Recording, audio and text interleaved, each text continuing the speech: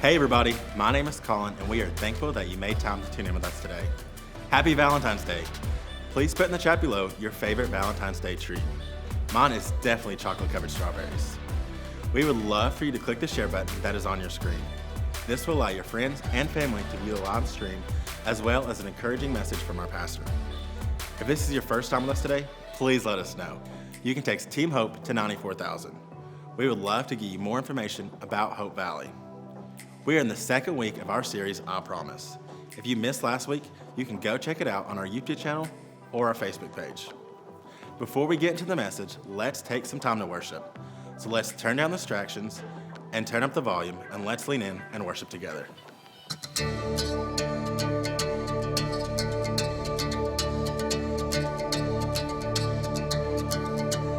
I was buried beneath my shame.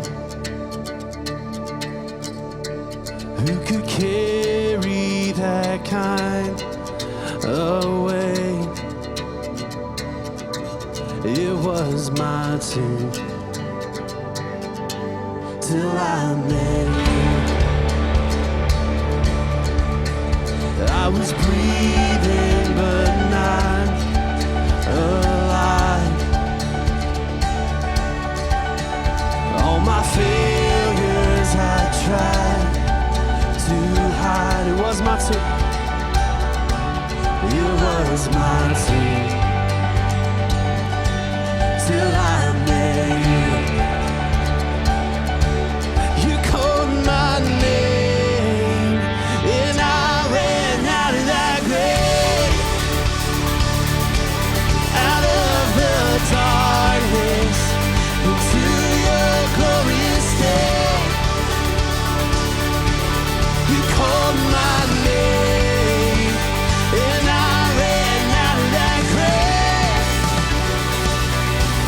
out of the darkness into your glorious day.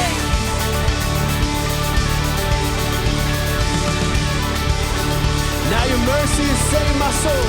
Now your mercy has saved my soul. Now your freedom is all that I know. The old made new. The old made new. Jesus, when I met you, you called my name and I ran out of that grave, out of the darkness into your glorious day. You called my name and I ran out of that grave,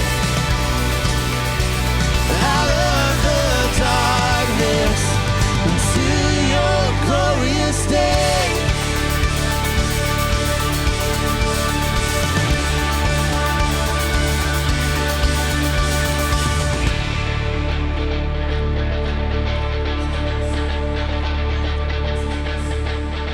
Come on, let's sing this.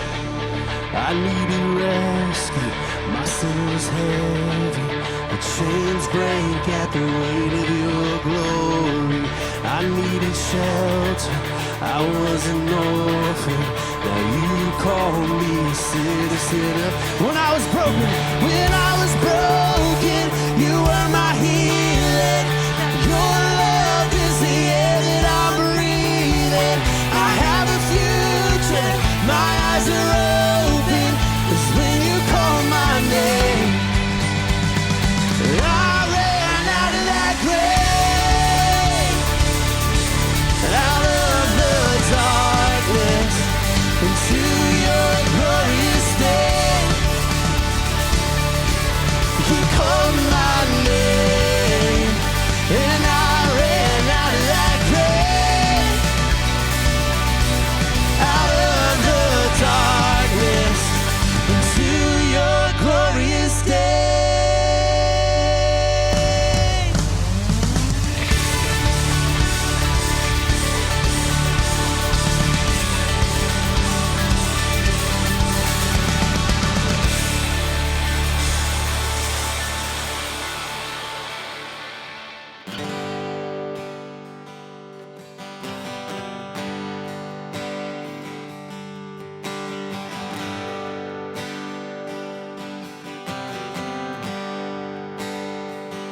I love you, Lord. Oh, your mercy never fails me. All my days I've been held in your hands. From the moment that I wake up until I lay my head, oh, I will sing of the goodness of God. And all my life you have been faithful. And all my life you have been so, so good. With every breath that I am able, I will sing of the goodness of God.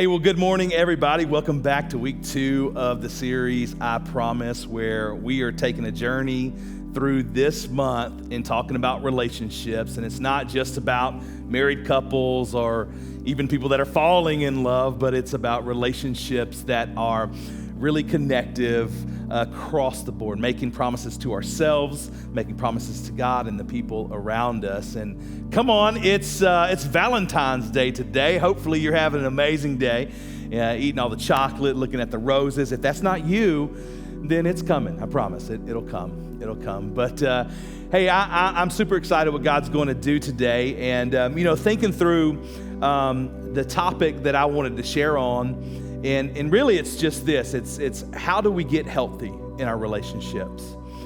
Which reminded me of this picture I want to show you real quick. And it's of an iceberg. And the idea here is that just a percentage is showing and the rest of it is underwater. You've actually probably heard this before, but typically we call this the 10-90 rule, that 10% of the iceberg shows, but the 90% underwater is what you can't see. It's what happened to the Titanic. They only saw the top of it, and then by the time they saw it, when they turned, the bottom of it got the side of the hull, and the ship sank. But this is respectively our lives sometimes. We're 10% showing everything that God is doing, or maybe that we're putting on the facade, or it's the things that people can see, right? It's the things that we want to have a great attitude. We want to even come to church and serve. It's the 10%, and typically the other 90% we struggle with dealing with. The whole part that's underwater there is it could be a lot of different things for you. There's just like an iceberg, there's many layers to our heart and to what makes us, and oftentimes we struggle. We struggle with our lives because we never deal with this part right here. We're willing to make it look good, make it feel good, the part that's showing. We're willing to make that part the part that everybody sees and that everything is under control, but it's very hard to deal with this. And maybe for some of us, it's tough. We don't know how to deal with it. And so I would say, if you're not experiencing joy, or maybe you're consistently angry all the time, or maybe you feel the tension of the push and pull of relationships because there might be a double standard in your life because you're tired of being two people. If that's you, then this series is for you. Today's message is for you, and I'm excited. And if I've learned anything in working through emotionally healthy relationships, it's this.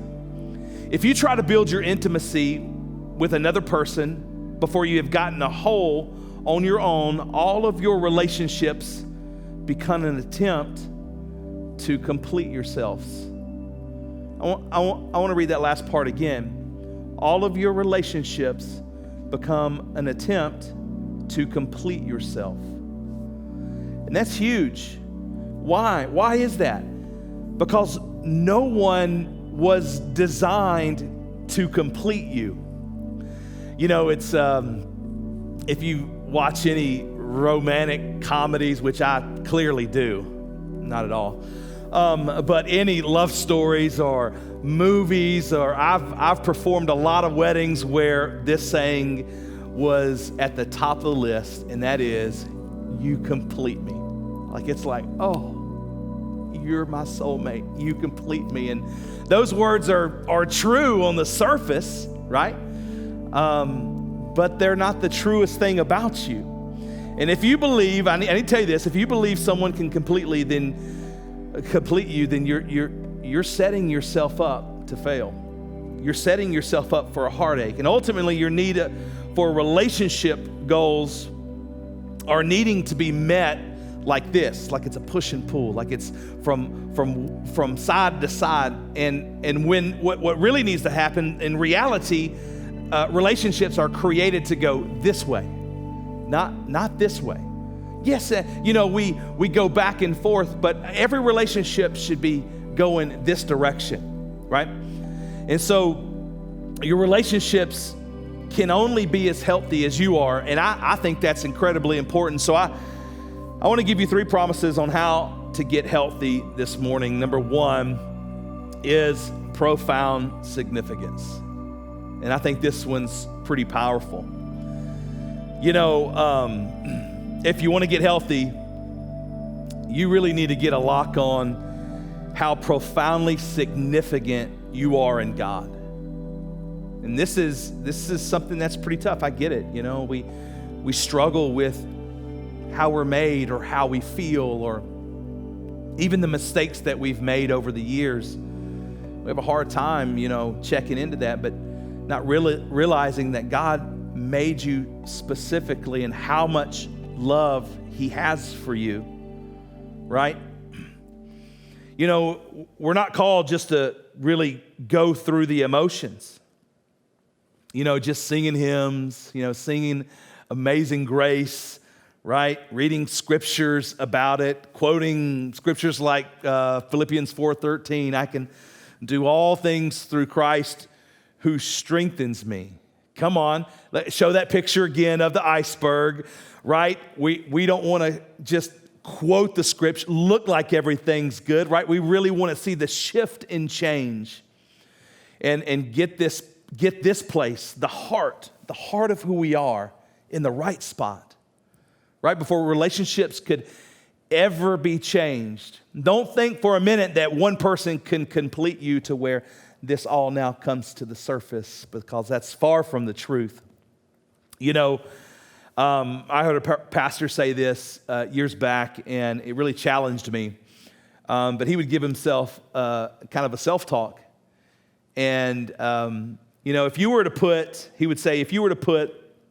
2 buckets out on a weighing scale, right, and you would deposit into each bucket something positive or something negative, and statistically, the buckets would fall to the negative side. It's just kind of how we are and who we are. And when we really open up who we are, you know, statistically, it says that 78% of us would be in the negative side of those buckets, which blows my mind. You know, because even in my own life, you know, I would tend to just rail on how I could get better at this, or I'm not good enough to do this. If I could have this much money, I could have this like they have. And I spent a lot of my time, you know, growing up trying to figure out who I was based off of somebody else's character. And that's a hard place to be in, you know. But I'll tell you who doesn't struggle. It's not the person. It's the person who doesn't struggle. It's the person that has on lock, like, their personal significance.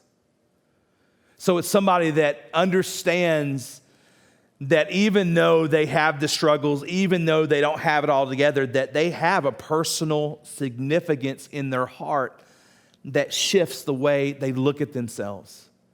And how many know when you shift the way that you look at yourselves, you can really, really be a help to the community and relationships around you. I want to talk to you in Ephesians. That's where we're going to kind of land today. And we'll start in chapter 3. And I love these passages because they're challenging for me. And let's start in verse 16. I'm going to read to you out of the Message Bible because I believe it beautifully puts it together. And it says this. It says, "And I ask him that with both feet planted firmly on love, you'll be able to take in with all followers of Jesus the extravagant dimensions of Christ's love." And then it goes on to say, "Reach out and experience the breadth," which means I want you to experience the span of this thing. Test its lengths, plumb the depths, rise to the heights, live full lives, full in the fullness of God. So essentially, it's, reach out and experience the breadth. I want you to look at the span of how much love I'm trying to teach you and tell you. This is Paul talking right here, and it's like he's saying, don't miss out on your compulsion for completion. Like, don't miss out on that. Like, don't stop working on who you are, because God has made you to a place where you discover. Come on, transformation is a walk. It doesn't just happen overnight. It's a walk, right? You know, the second thing, if you want to get healthy emotionally and spiritually, then you need to get a lock on unswerving authenticity, right? This is the core of who you are. I've heard pastors say many times, like, you need to find out what your identity is in God, in who you are. Because it's so tiring, to just kind of lead this other life. So the first one that we talked about has to do with your relationship with God. This next one has to do with the promise you make to yourself, unswerving authenticity.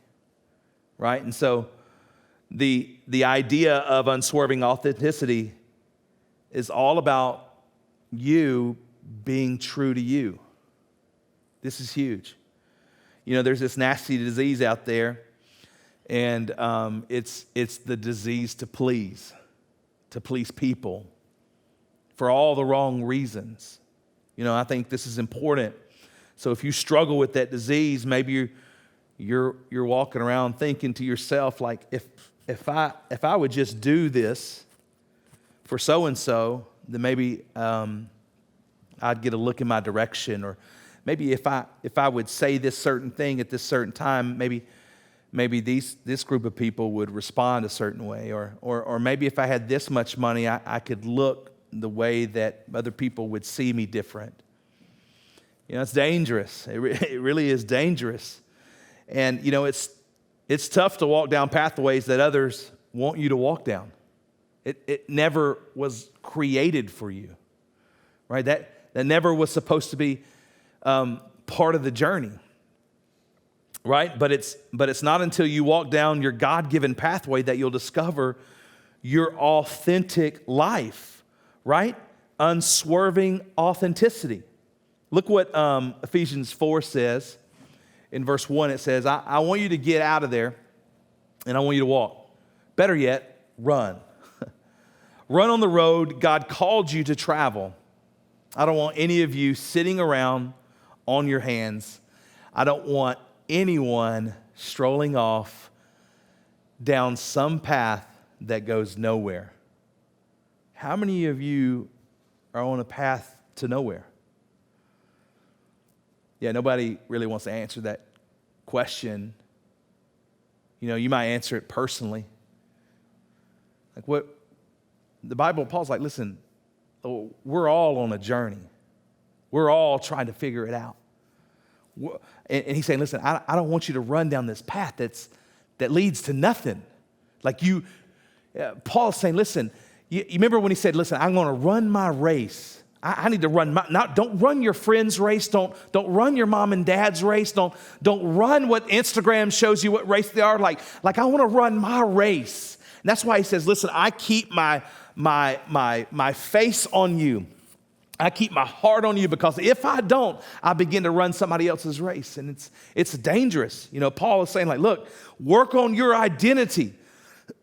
Your unswerving authenticity. You need to work on who you are, how God made you, how you feel like you have been brought up. Like, you need to work on your identity. The third thing has to do with everyone around you, and that is self-giving love.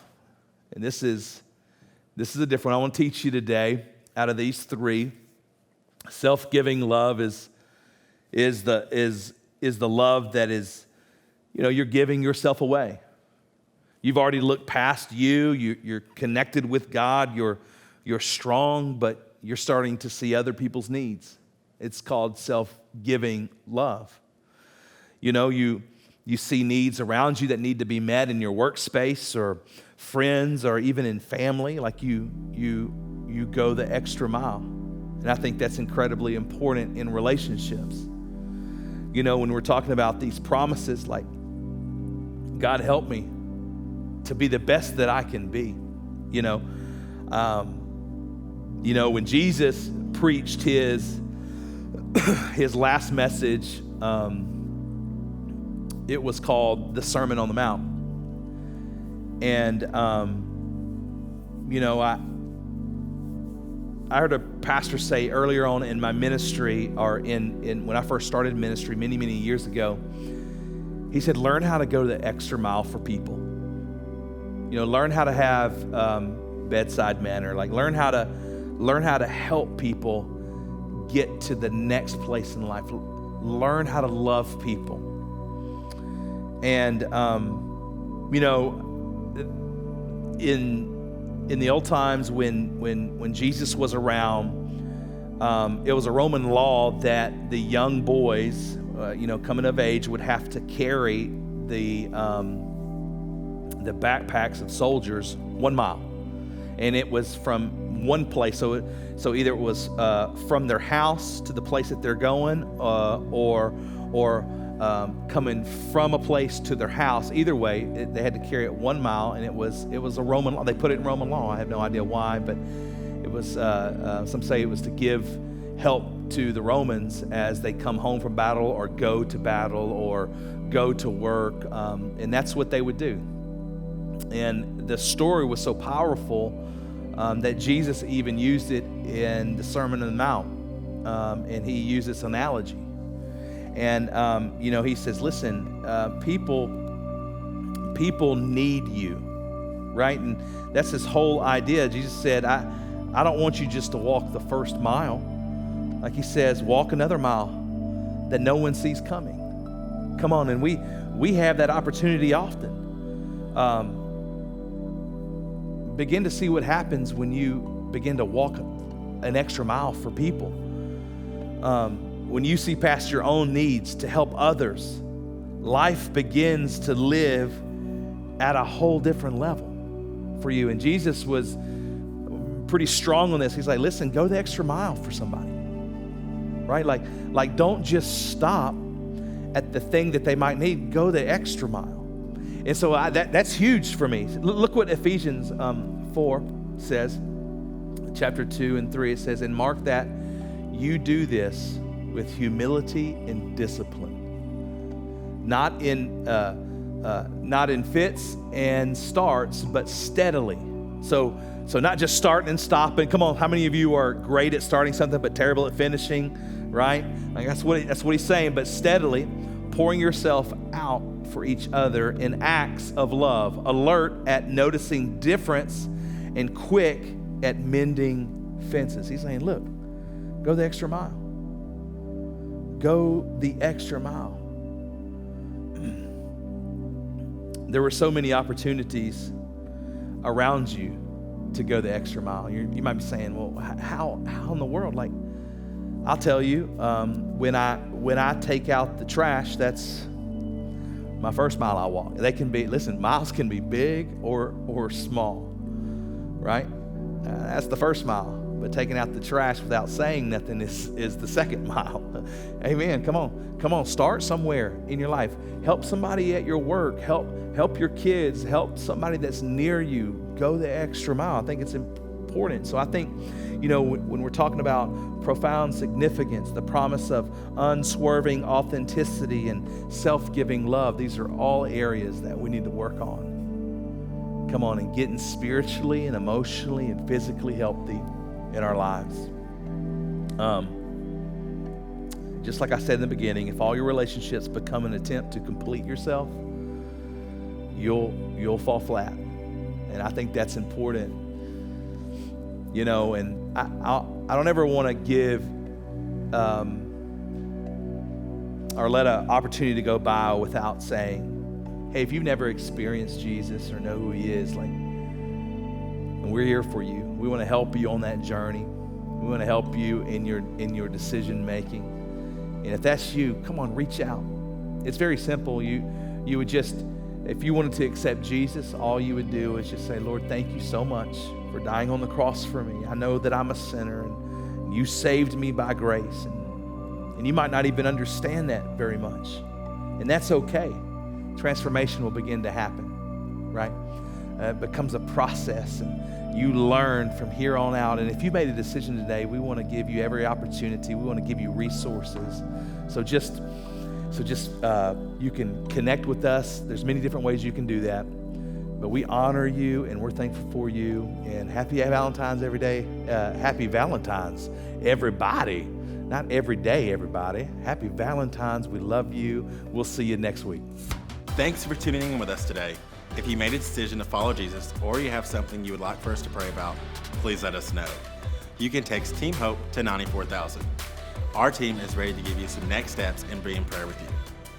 Parents, even though we are online right now, we have something for your kids.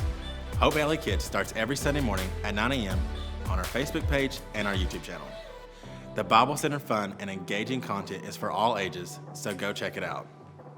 If you came prepared to give today, we have made it super simple. You can go to our website, you can mail in your giving, or you can text any amount to 84321. Please know that we are grateful for your generosity and that your giving is making a difference. Thanks again for joining with us today. Have an incredible week.